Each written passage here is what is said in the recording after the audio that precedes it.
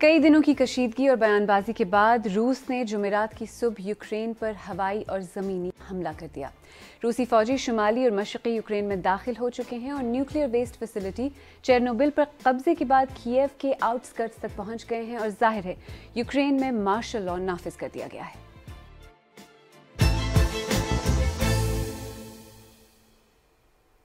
मेरा नाम आलिया नाज़की है और आप सरबीन देख रहे हैं, वो प्रोग्राम जिसमें हम उन कहानियों को समझने की कोशिश करते हैं जो आपके लिए अहम है।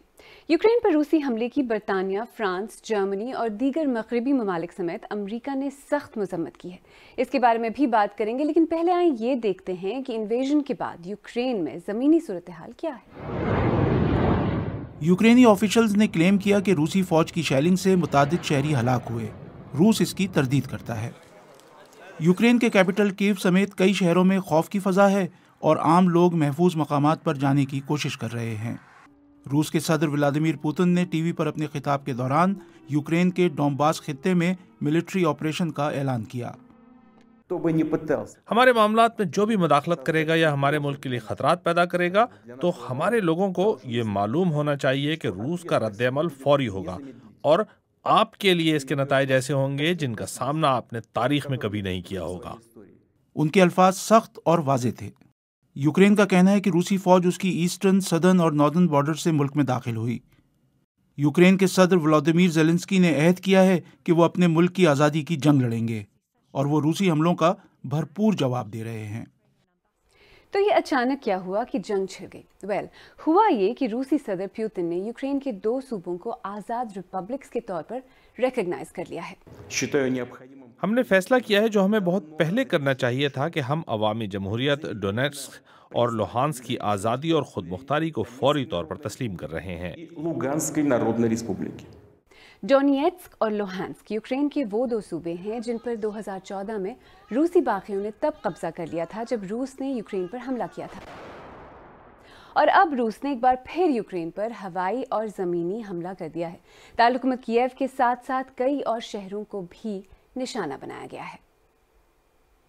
और एज यू कैन इमेजिन, रूसी हमले की खबर आते ही अमरीका ने सख्त अल्फाज में इसकी मजम्मत की और रूस के खिलाफ सैंक्शंस की बात की।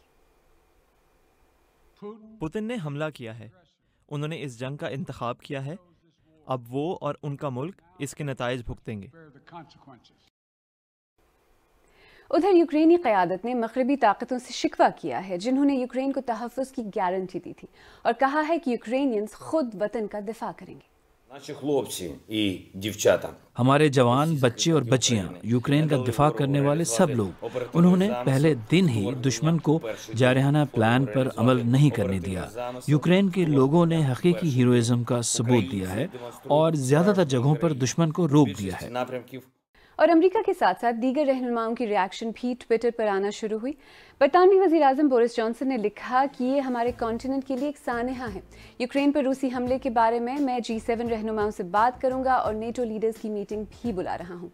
फ्रांस के सदर इमानुएल मैक्रोन ने लिखा कि फ्रांस यूक्रेन के खिलाफ जंग के इस रूसी फैसले की सख्त मजम्मत करता है।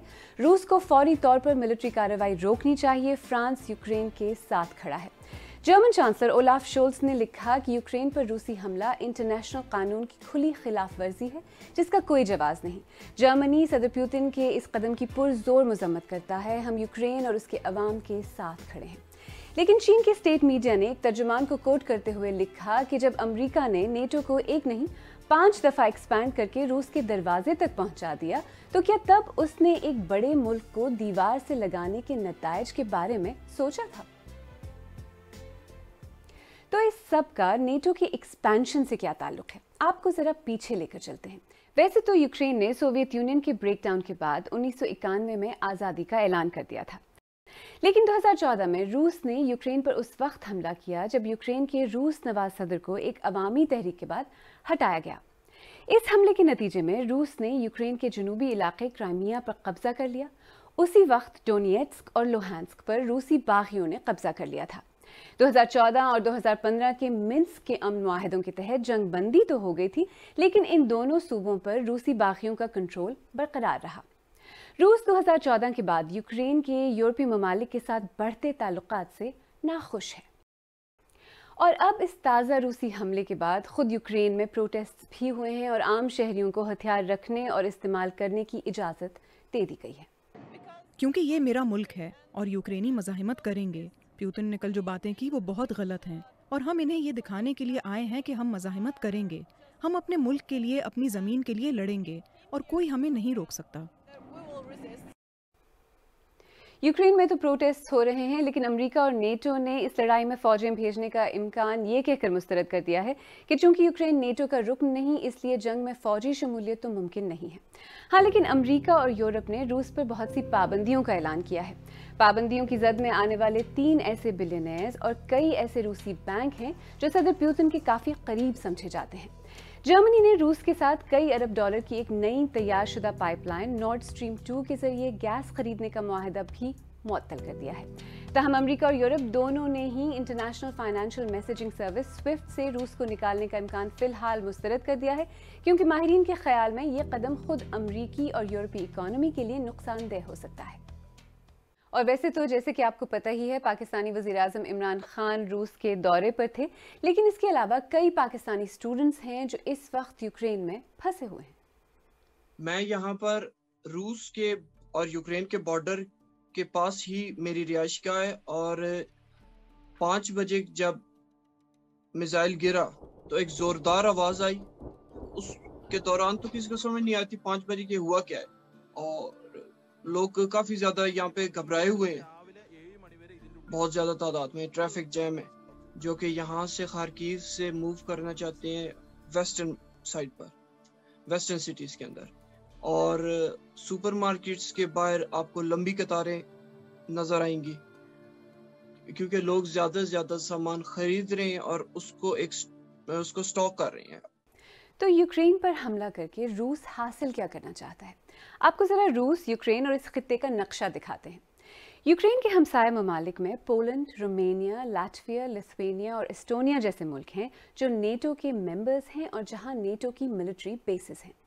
روس چاہتا ہے کہ نیٹو اس بات کا لیگلی بائنڈنگ عہد کرے کہ وہ مزید ایکسپینڈ نہیں کرے گا، اور یہ کہ یوکرین کبھی بھی نیٹو کا ممبر نہیں بنے گا.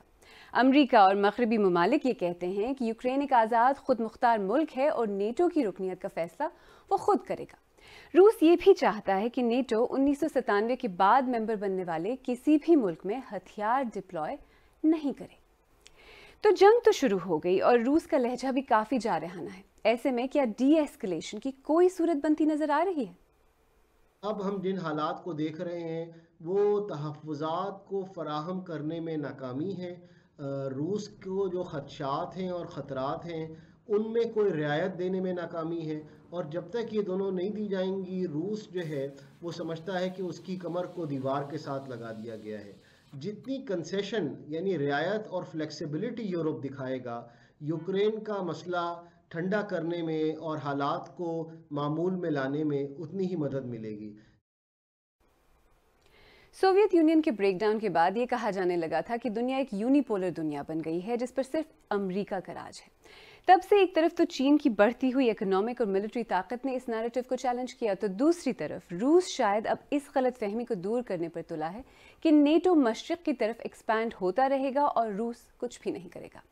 مگر ان تمام سیاسی گیمز اور اسٹریٹجیز میں یہ بات یاد رکھنا ضروری ہے کہ اس وقت ایک ملک کی شہری آبادی جنگ کی زد میں ہے. صدر پوتن انسانیت کے نام پر اپنی فوجوں کو روس واپس لائیں. انسانیت کے نام پر یورپ میں ممکنہ طور پر صدی کی بدترین جنگ شروع نہ کریں.